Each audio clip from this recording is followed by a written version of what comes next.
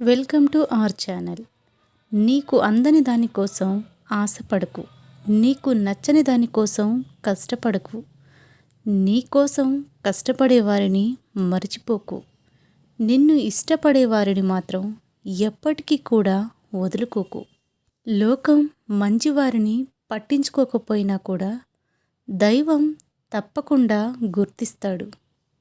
నీకు ఎవరైనా ఇష్టం లేకుంటే దూరంగా ఉండుగాని ద్రోహం చేయాలని చూడకు.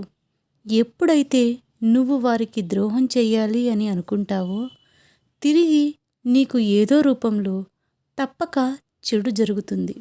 అందం అనేది నవ్వే పెదవిలో లేదు, బాధను దాచుకునే హృదయంలో ఉంది.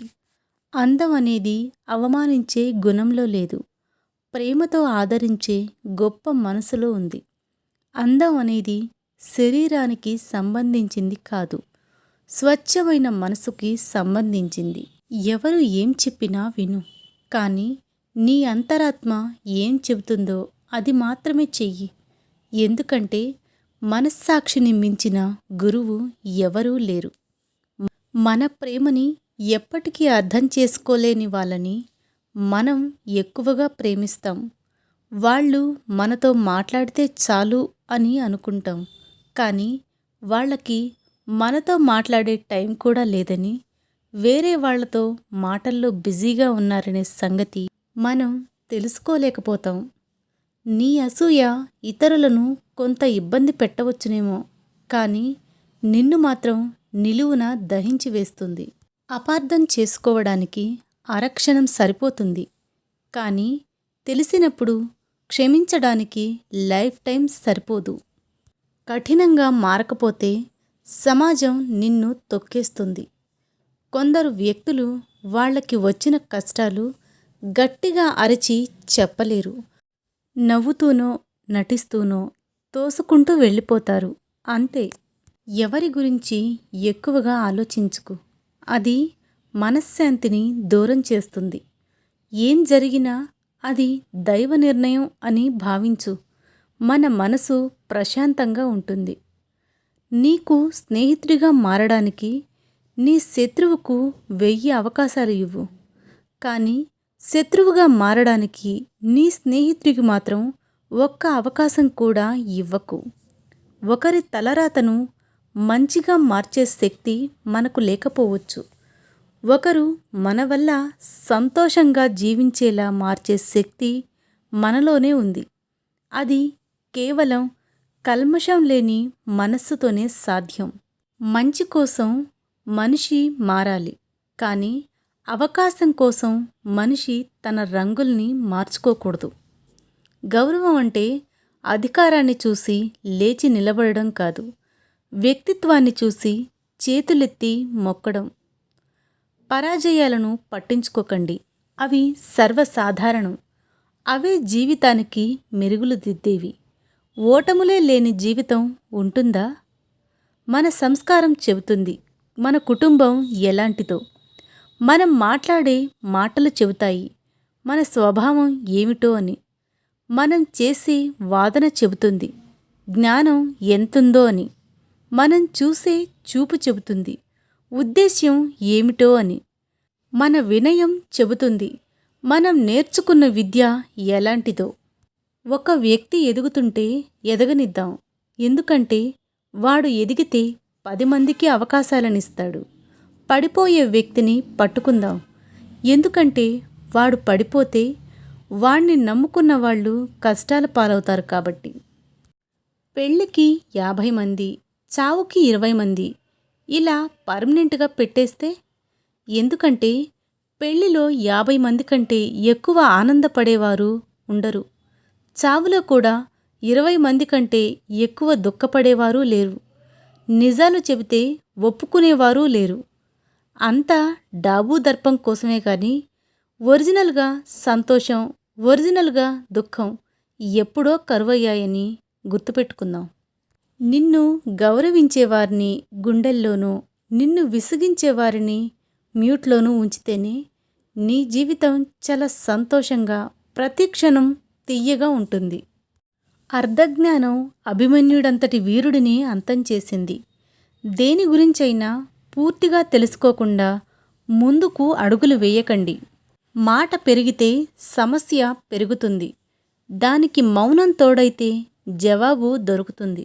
ఎదుటివారి తప్పొప్పులు నవ్వుతూ భరించినంతకాలం మనం మంచివాళ్లమే. ఎప్పుడైతే తప్పుని తప్పు అని చెప్పి సరిచేయాలి అని చూస్తామో అప్పుడే మనలో మనకు తెలియని లోపాలను వెతికి మరీ ప్రపంచానికి మరో రకంగా పరిచయం చేస్తారు. అప్పటి వరకు మనం చూపిన ప్రేమాభిమానాలు అన్నీ కూడా మరుగున పడిపోతాయి. భూమి, నీరు, గాలి, నిప్పు, ఆకాశం ఇవి పంచభూతాలు. వీటితో నీ శరీరం ఏర్పడింది. చనిపోయిన తర్వాత ఈ పంచభూతాలు అవి వచ్చిన చోటుకి వెనుదిరిగిపోతాయి. కానీ ఆత్మ అన్నది మరణం లేనిది. అది నిరంతరమైనది. ధ్యానం ద్వారా మీరు ఏం పొందారు అని ఒకరు బుద్ధుడిని అడిగారు. నేను ఏమీ పొందలేదు, పోగొట్టుకున్నాను. కోపం, ఆందోళన, విచారం, అభద్రతాభావం మరియు మరణ భయాన్ని పోగొట్టుకున్నాను అని చెప్పాడు బుద్ధుడు. కొసరి కొసరి అన్నం పెట్టేవాళ్ళని, కసిరి కసిరి మంచి చెప్పేవాళ్ళని జీవితంలో ఎప్పుడూ వదులుకోకు. అలాంటి వారు మన జీవితం నుండి ఒక్కసారి వెళ్ళిపోయారు అంటే మళ్ళీ ఎంత వెతికినా దొరకరు. నిజానికి వాళ్లే అసలైన నిజమైన మిత్రులు. చదువు ఉందని గర్వపడకు, చదువు లేదని బాధపడకు. చదువు ఉన్నా లేకున్నా సంస్కారం ఉంటే ఎక్కడైనా సరే పైకొస్తావు. కష్టాలను ఎదిరించే ధైర్యం, బాధలను భరించే ఓర్పు, సమస్యలను పరిష్కరించుకునే నేర్పు మనలో ఉంటే జీవితంలో మందే గెలుపు. నువ్వు ఓడిపోయినప్పుడు నీ కన్నీరు తుడవడానికి రాని చేతులు, నువ్వు గెలిచాక చప్పట్లు కొట్టడానికి వచ్చిన చేతులు ఉన్నా ఒకటే, లేకున్నా ఒకటే. ఎవరిని తక్కువ చేసి మాట్లాడకూడదు, ఎవరిని బాధించకూడదు. ఇవాళ నువ్వు శక్తివంతంగా ఉండొచ్చు, కానీ కాలం నీకన్నా చాలా శక్తివంతమైనది. నీ చుట్టూ ఉన్న మనుషులు చాలా వరకు నీతో ఏదో ఒక అవసరం ఉన్నంతవరకే నీకు విలువనిస్తారు. లేని వినయాన్ని, ప్రేమని కూడా నటిస్తారు. ఒక్కసారి నీతో అవసరం తీరాక వాళ్ళ నిజస్వరూపాలు బయట పెడతారు. జాగ్రత్త. నీటిని ఎక్కువగా మరిగిస్తే ఆవిరైపోతాయి.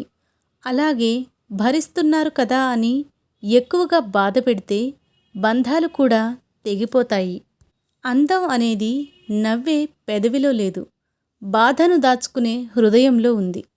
అందం అనేది అవమానించే గుణంలో లేదు, ప్రేమతో ఆదరించే గొప్ప మనసులో ఉంది.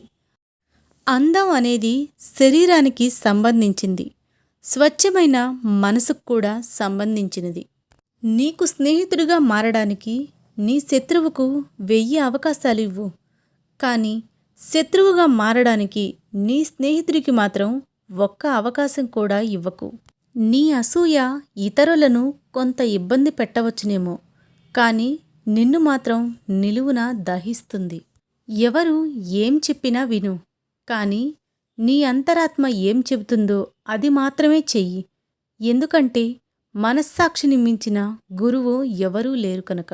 నీకు ఎవరైనా ఇష్టం లేకుంటే దూరంగా ఉండు, కానీ ద్రోహం చెయ్యాలని చూడకు. ఎప్పుడైతే నువ్వు వారికి ద్రోహం చెయ్యాలి అని అనుకుంటావో నీకు తిరిగి ఏదో రూపంలో తప్పక చెడు జరిగి తీరుతుందని తెలుసుకో.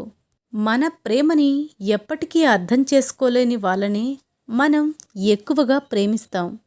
వాళ్ళు మనతో మాట్లాడితే చాలు అనుకుంటాం, కానీ వాళ్ళకి మనతో మాట్లాడే టైం కూడా వేరే వాళ్ళతో మాట్లాడే మాటల్లో బిజీగా ఉన్నారనే సంగతి మనం తెలుసుకోలేకపోతాం. ఈ వీడియోస్ కనుక మీకు నచ్చినట్లయితే నా ఛానల్ని లైక్ చేసి, షేర్ చేసి, సబ్స్క్రైబ్ చేసుకోండి. ధన్యవాదాలు.